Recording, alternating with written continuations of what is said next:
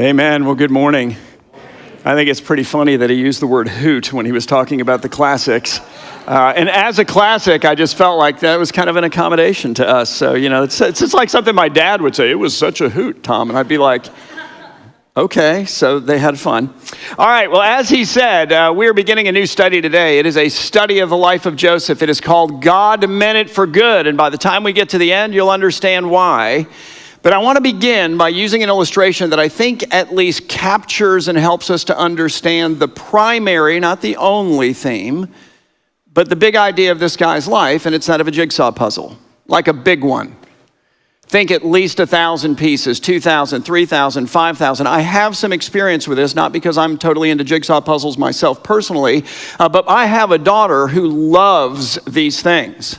And like all her life, she's been about jigsaw puzzles. So her name is Haley. She's 26. She's married. She lives in Tallahassee. She works with little kids and with teenagers as a counselor. So go, Haley. She may or may not be a little obsessive about her puzzles and everything else. And here's the deal. So Christmas, one of the gifts she gets is a puzzle. Like, 2,000, 3,000 piece. Here's a puzzle for you. It's $3 at the dollar store. Everybody wins.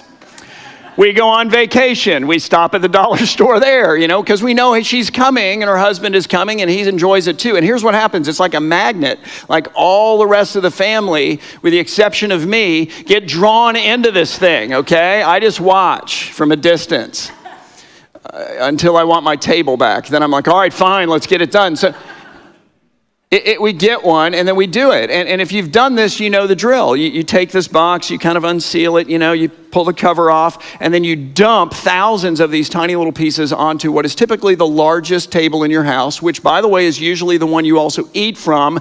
So keep that in mind before you make the decision to do this, because if it's going to be 3, 4, 5 days or 3, 4, 5 weeks or 3, 4, 5 years, no matter which one of those it is, you're going to be eating like this. Okay, so you do need to knock it out.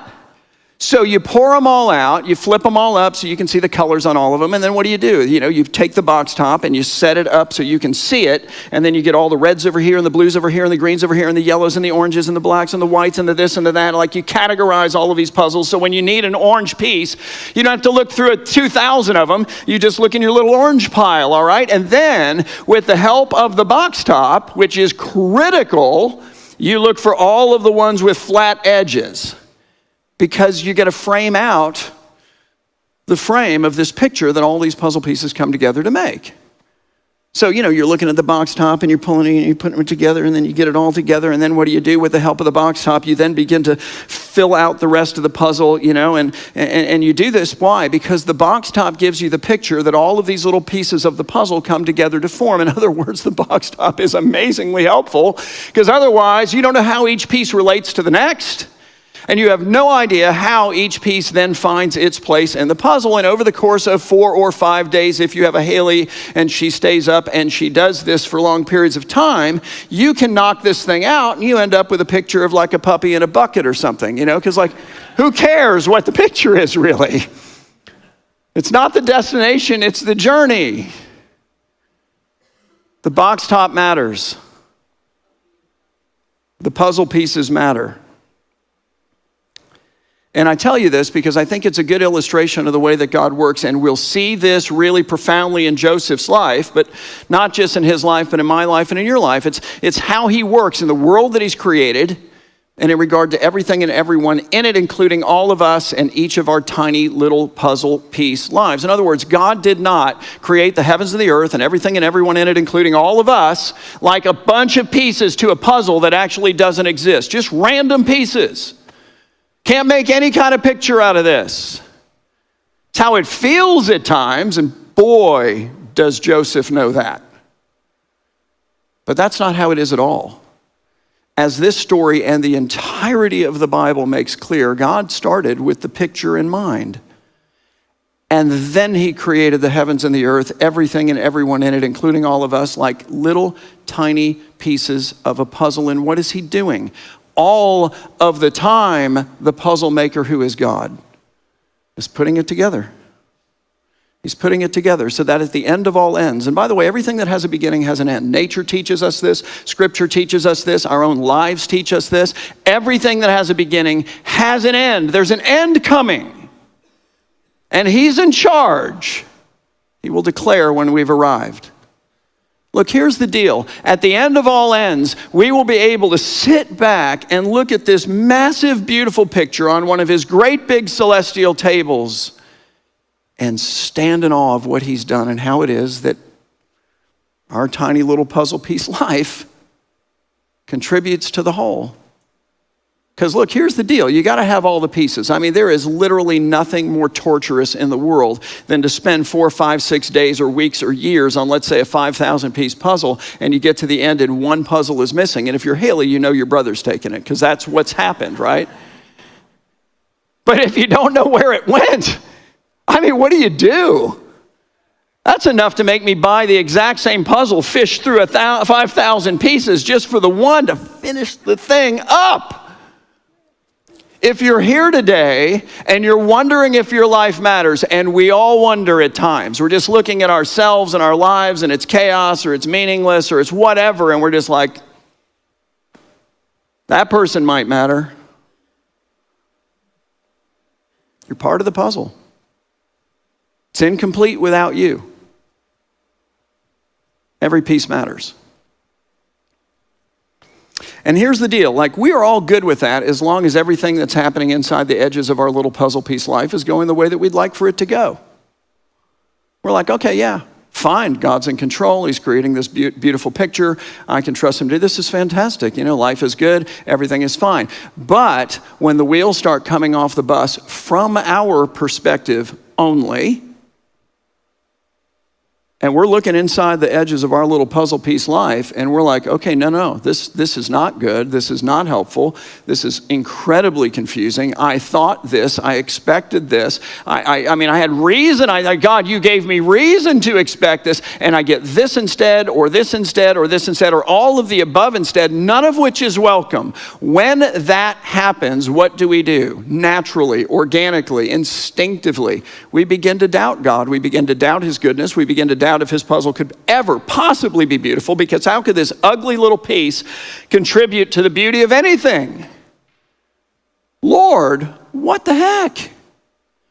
And here's the thing, I understand that emotionally, okay? And I mean, I think that I understand it emotionally probably better than most people, maybe not all people, but I'd say better than most. And the reason that I say that is because not only do I have to deal with that which is hurtful and that which is disorienting and that which is confusing and that which is disappointing and that which violates all my expectations within the context of the little puzzle piece that is my life,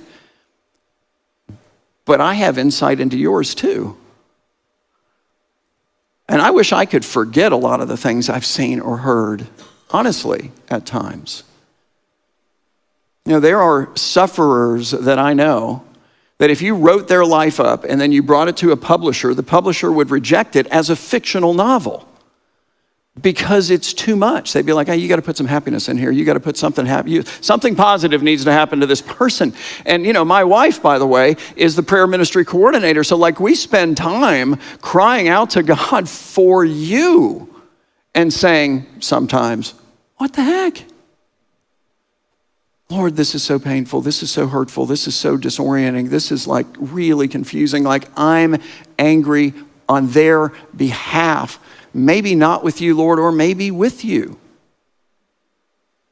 I get it emotionally.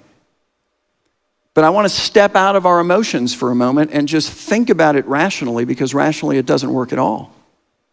I don't get it rationally in any way, shape, or form. Taking a look at your little puzzle piece life, right? And then based only on what you can see inside the edges of your puzzle piece, questioning God and his goodness and his plans and his purposes and the beauty of his picture and all of that stuff is like reaching your hand into a puzzle that is 500 trillion pieces and just blindly plucking one out in the dark and without having any idea what any of the other pieces look like or what the puzzle comes together to form or any of that stuff, taking a look at it and then trying to make sense of it.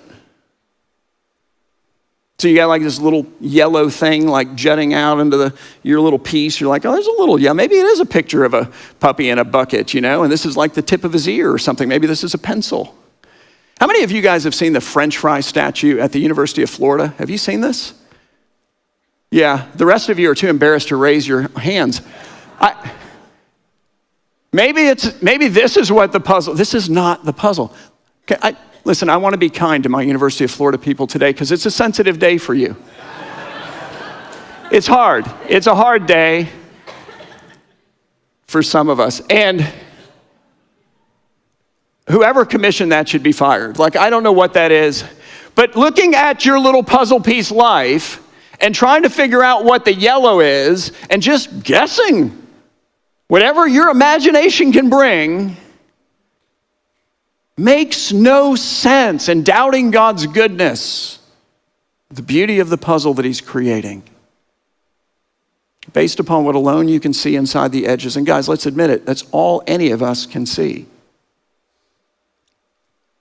It makes no sense. And rare indeed are those moments in which the Lord steps into our confusion and says, hey, let me explain this to you. Bring your little puzzle piece over here. Shh, don't tell anybody I'm doing this, all right? We're just going to put it in the puzzle. You see this? You see now it makes sense to you? You good now? You can relax? He doesn't do that. What does he do instead? Because it's better. He comes with himself.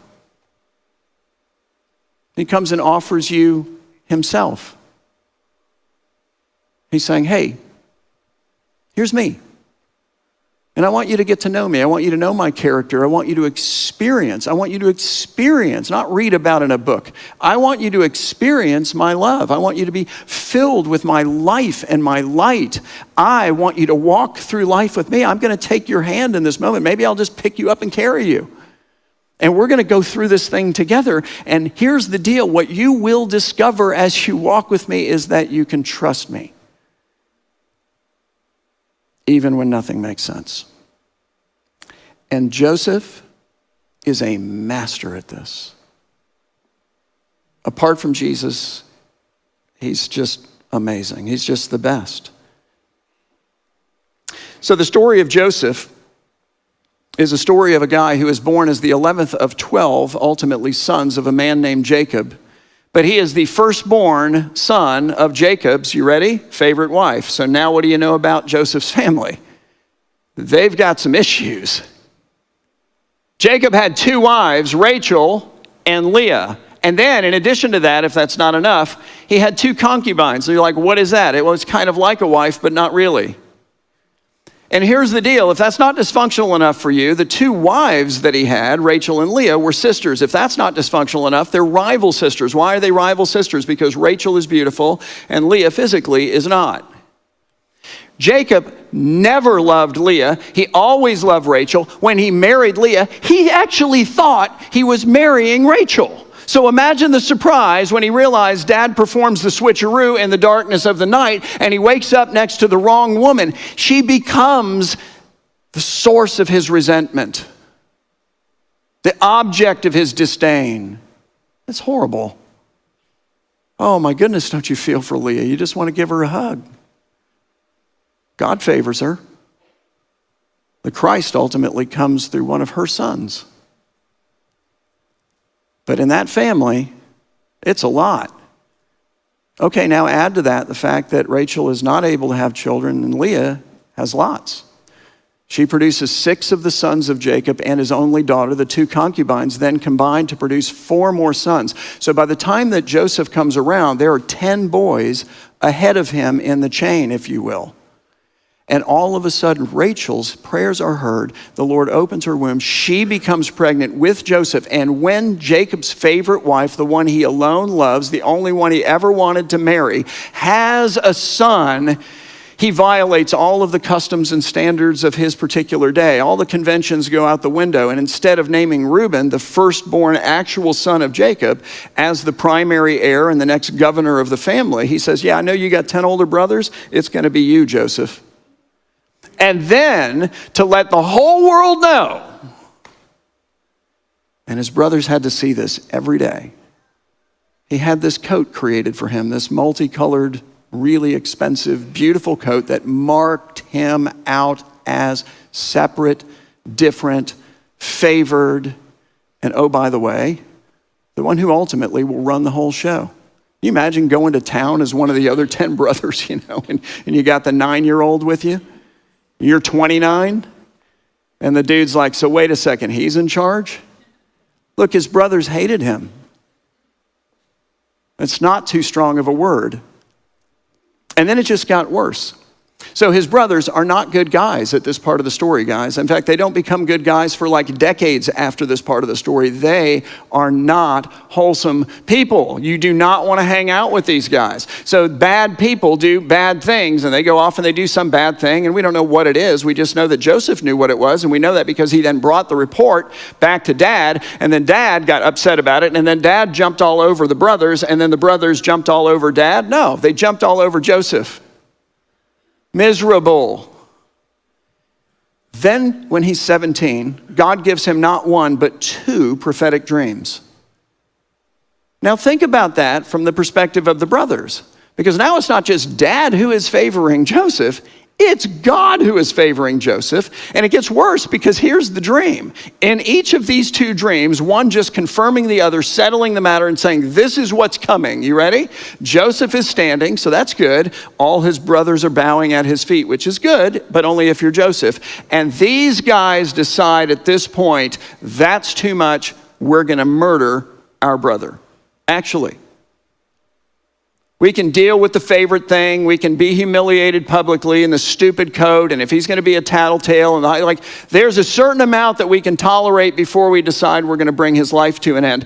But if our father or our brother or God Almighty thinks that we're bowing at this kid's feet, we are going to destroy any possibility of that happening by destroying Joseph himself.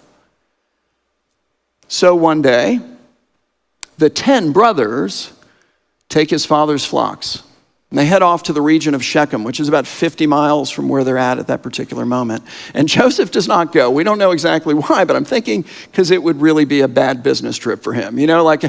I don't think you want to go hang out with your brothers here. This is not going to be fun. I'm a little concerned for you, Joseph. I'd like you to stay home. Thank you very much. The problem is that the brothers take all the flocks and herds, which represents, by the way, the lion's share of the wealth of the family. They're a nomadic people, so their wealth is in their animals, and they don't come back.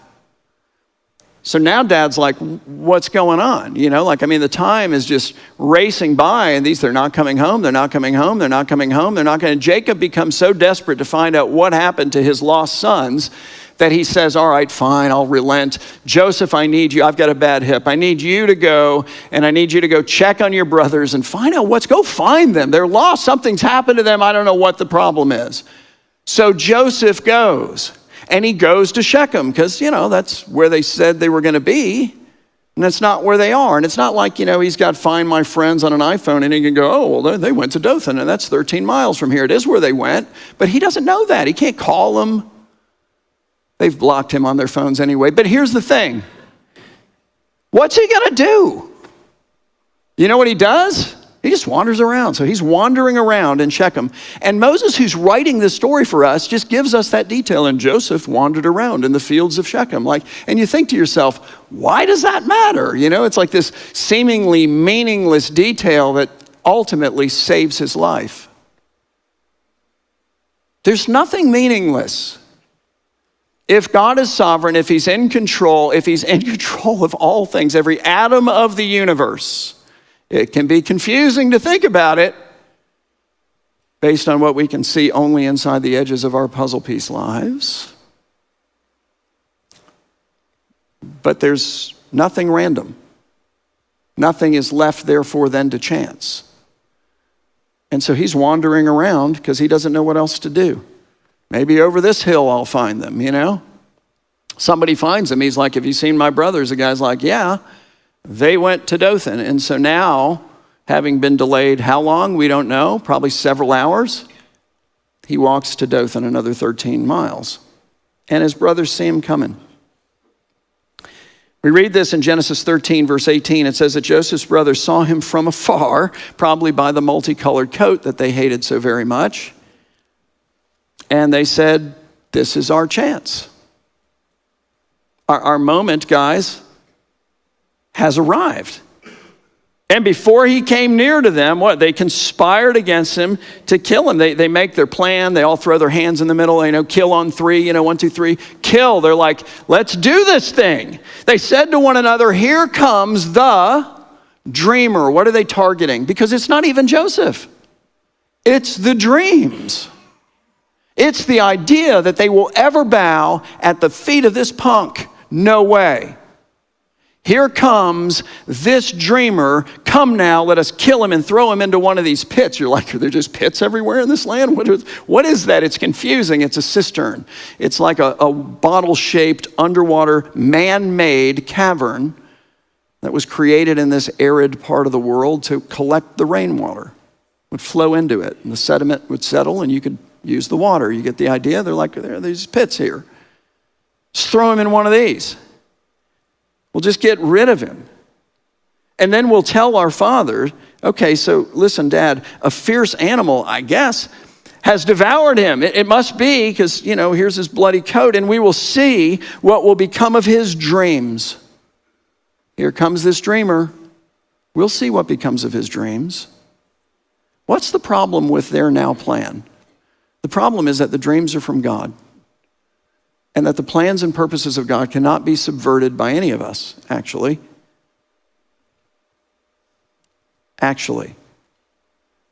And not even by wickedness.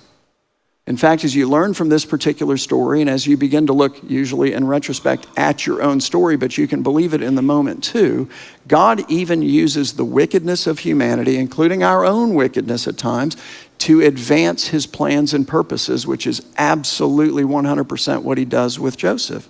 It's remarkable. And at this point in the story, however, Joseph, who has been given not one but two dreams from God, both of which, by the way, his brothers are bowing at his feet. Well, where's Joseph in this moment? Joseph's in a pit, guys, literally underneath the feet of his brothers. And as we learn later on in the narrative, what is he doing from the pit? He's begging for his life. He is absolutely coming out of his skin.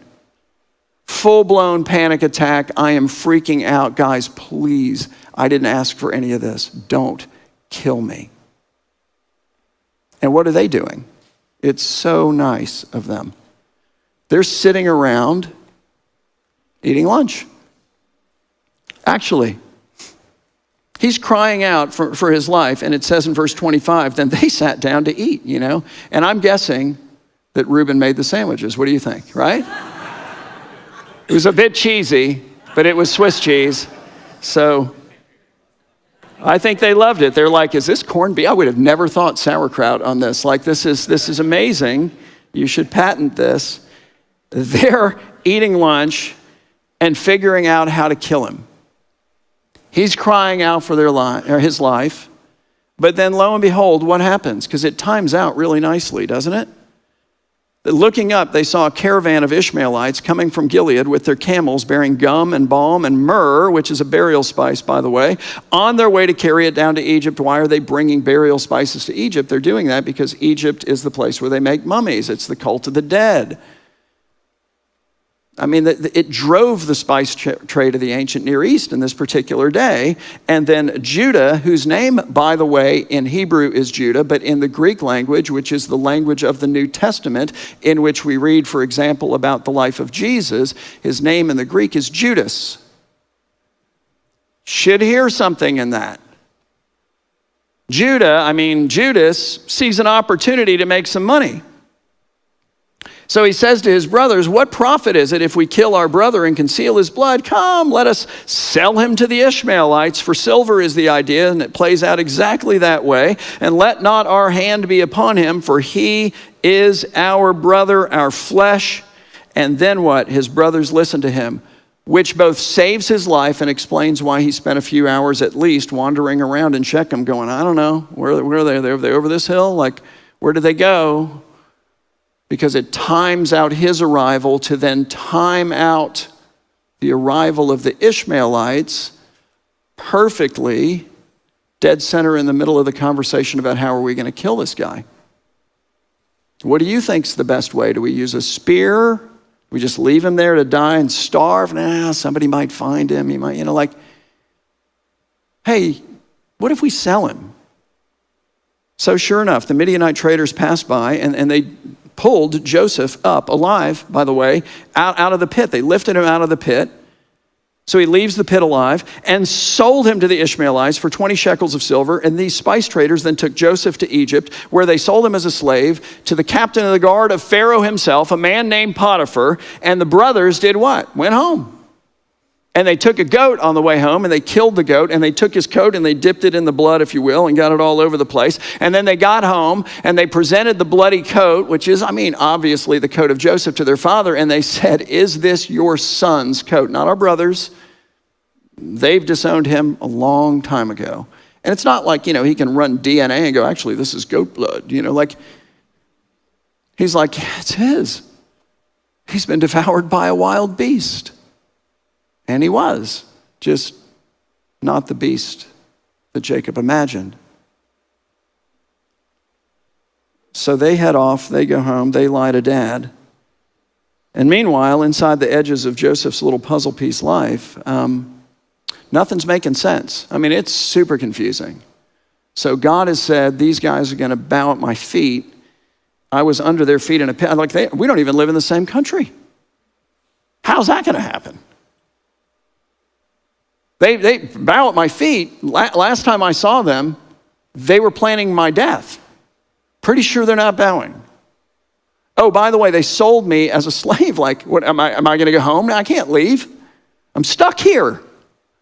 I'm not even a part of the family anymore. Nothing is making sense. And God does not show up and say, hey, bud, give me your peace. Don't tell anybody I did this for you because you're kind of special. I'm not going to lie. Let's just put it in here. This is why this actually makes sense. To just relax. It's going to take a few decades, probably, a lot of years for this whole thing to play out. But it's still coming. It's a hard moment. But here's what we hear in this story again and again and again. It's the repeating refrain. It's like every time something devastating happens to this man, confusing within the edges of his puzzle piece life, you read this statement, and the Lord was with Joseph. And the Lord is with you. And the Lord's name is Jesus. And he's everywhere in this story. Which is a remarkable thought, isn't it? Joseph lived 1,700 years before Christ. And then you look at the account of his life, just like you look at the account of the lives of literally every other character in the Bible. And if you understand the categories and you know what you're looking for, you realize all of these lives are pointing to Jesus. All of the lives that came before his birth and suffering and death and burial and resurrection. And then all these stories of lives lived after. He's all over the place. Guys, like Joseph, Jesus is the uniquely favored son of his father, sent by his father to the foreign land of this world to do what? By his own mouth, to seek and to save the lost. Only to be met with envy, resentment by the religious leaders of his day because of the obvious gifting of his father that was upon him and not upon them. Jesus, too, was betrayed by a man named Judah, but in the Greek, Judas, for silver. He too was stripped of all of his clothing. He hung naked on the cross. Revelation 19, there's a picture of Jesus. Go read it later. And it says that he's wearing a coat dipped in blood. Coincidence? I think not. And finally, Jesus too was put into an empty pit. And it was a man-made pit. The cave of the tomb, it was not like, burying him in the ground. It was a cave dug out of the side of a hill. And like Joseph, he comes out alive. He's defeated sin for us. He's defeated death for us. And he is the one who comes to us and offers us his hand, and offers us his friendship, and offers us his heart, and offers us his forgiveness and life, and offers us his spirit and love, his plans and his purposes. He is the one who says, look, I'm not going to explain everything to you, but I'm going to give myself to you. Will you have me? That's the Lord who was with Joseph, and it's the Lord who is with you if you have faith in Christ. And if you're in a pit right now, or you've been sold into slavery, you're in a life that you can't get out of. You're stuck. This story calls you not to despair. Because even though you can't explain what's happening inside the little edges of your puzzle piece life, there is a puzzle maker to whom it makes perfect sense. And even though you can't imagine how that could possibly be, he is not limited to my imagination or yours. And you can trust him. He doesn't come and say, let me explain it. But he does come and say, what about me? Will you have me? I'll carry you. I'll walk with you. I'll lead you. I'll empower you. I'll raise you from the dead in the end. And by the way, in the end, I'll stand at the table with you and say, watch this. You're going to love this. Boom. And you'll be in awe. So I would close with this. Do you know that Jesus? I mean, do you know him? I'm not asking if you know about him. I'm saying, do you know him in here? Have you come to him in true humility, laying down all of your defenses for all of the mistakes and failures that you've made, and frankly, all the consequences that have come to you and others as a result of that? That's where we want to shut it down and blame other people. And I'm not saying they don't have a share. I'm just saying you come to him with your full share and you say, Lord, here it is, and I can't clean this up. Will you have me? Yes. Will you forgive me? Yes. Would you heal me? Would you fill me? Would you repurpose me? I'm not coming to you with a part of me. I'm coming to you with the whole of me. Will you take me and do something with me in the years that I have left? Yes. If indeed you will come and surrender like that. Do you know Jesus? And if you don't know Jesus, come pray with us when this service is over. I'd love to introduce you to him. And another option for you, if you're like, I'm interested in being interested in Jesus. Well, then come to Alpha on Thursday night, 7 o'clock. Includes dinner, and nobody's going to try to sell you anything. It's the perfect place to work out your doubts and fears and questions and cares and concerns. So do you know Jesus? And then secondly,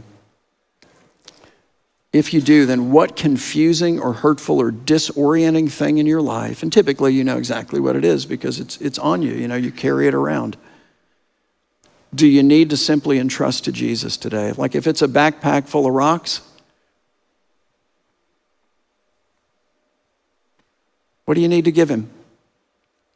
Because here's the deal, whether you can see him, smell him, hear him, taste him, touch him, right? Like is he sensible to your 5 senses or not in this moment?